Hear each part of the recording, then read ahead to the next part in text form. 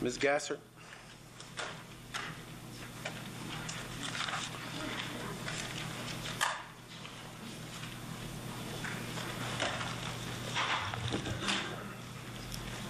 You have 5 minutes. Good morning, Mr. Chair, ladies and gentlemen.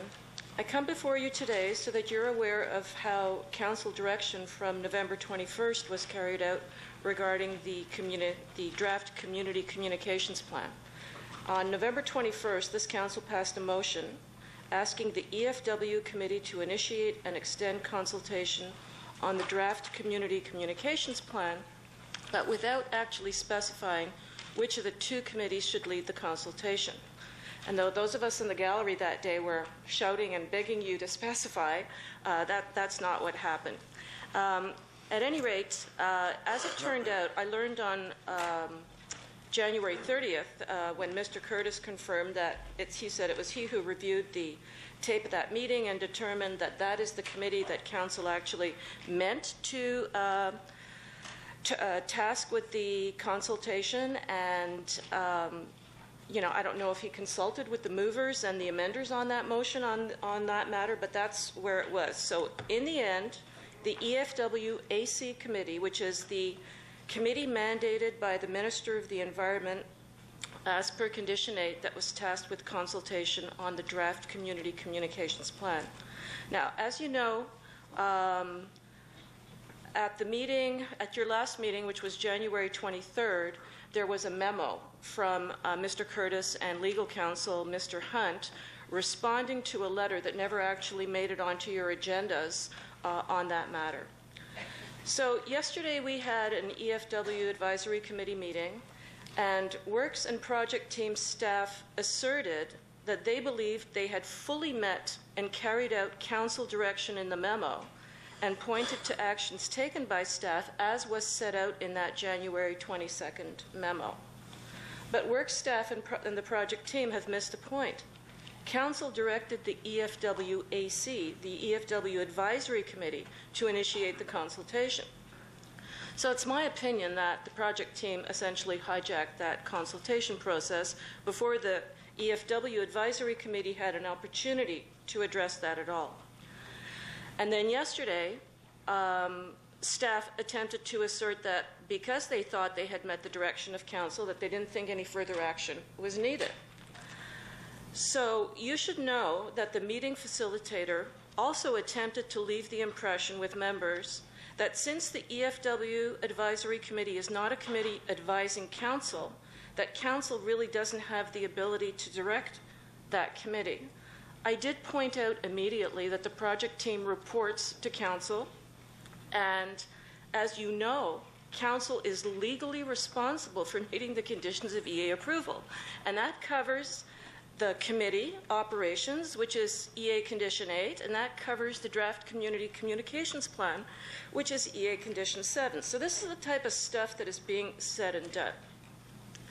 So what staff wrote in that January 22nd memo that you were all handed out at the last meeting could leave some of you with the impression that a standalone ad with a relevant headline was placed in newspapers.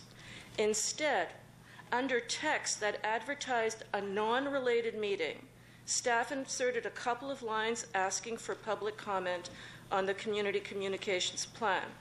But staff didn't bother to include where comments should be sent.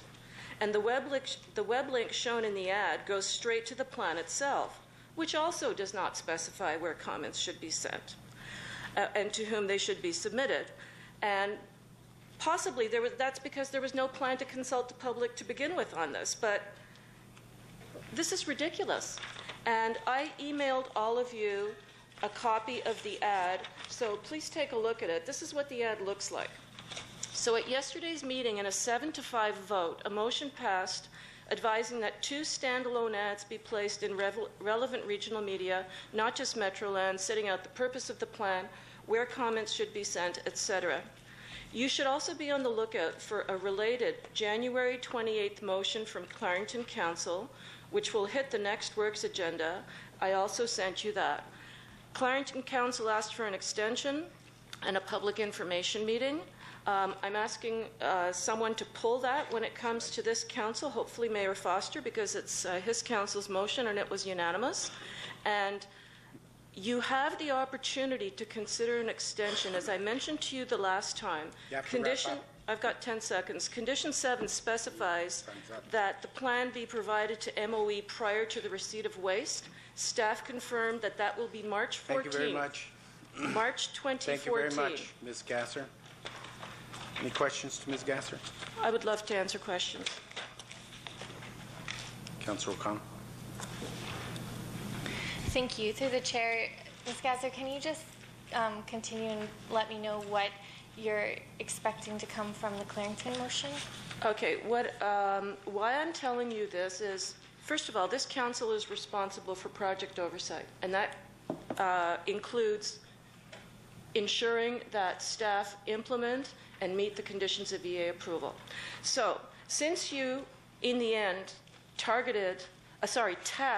the EFW Advisory Committee with consultation, it's not appropriate for staff to take preemptive action and, in the end, let you know that this is an ad that advertises the community communications plan.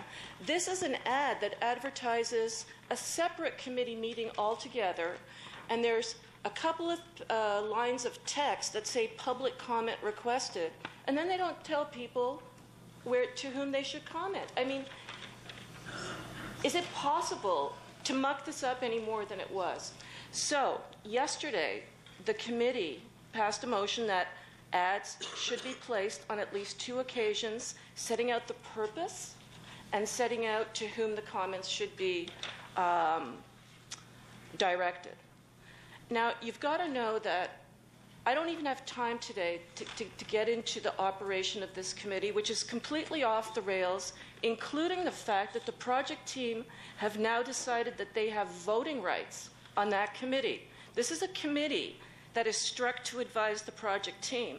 And even though they are not officially voting members, and this has not been clarified because we have not been permitted to clarify it, it came to a very close vote, a 7-5 vote, that allowed these ads to move forward. You know, there is a very concerted effort to keep anything related to the incinerator out of the public eye. This is a controversial project. This is an information management strategy that's just meant to limit whatever it is the public would know. And you have an obligation to consult with the public, this council. This council, the majority of you supported the incinerator, and you have an obligation to ensure that you meet the requirements and your obligations to citizens. And it's very hard to do that. Thank you. And just to clarify, so the ad you're speaking of, are you saying it went into the papers prior, well, obviously it went into the papers prior to the meeting that you held, Absolutely. Which had the council resolution? There was no consultation on any of the matters that are described in that January 22nd memo. And here's the other crazy part. There was originally supposed to have been a meeting in January. You know, Councillor O'Connor's amendment about setting out a meeting schedule. There had been a meeting scheduled, set up in October, then it got changed, and then they said, okay, we're going to move it to another day at the end of January, and then they dawdled long enough so that they didn't actually get a meeting in January.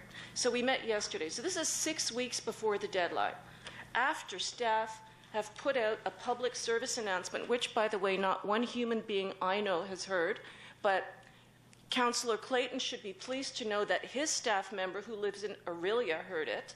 Okay, this is what we were told. And, you know, so who knows about this plan? So the Brock staff member on the committee also said, well, if people wanted to comment about the plan, they would. But first they have to know about it, you know?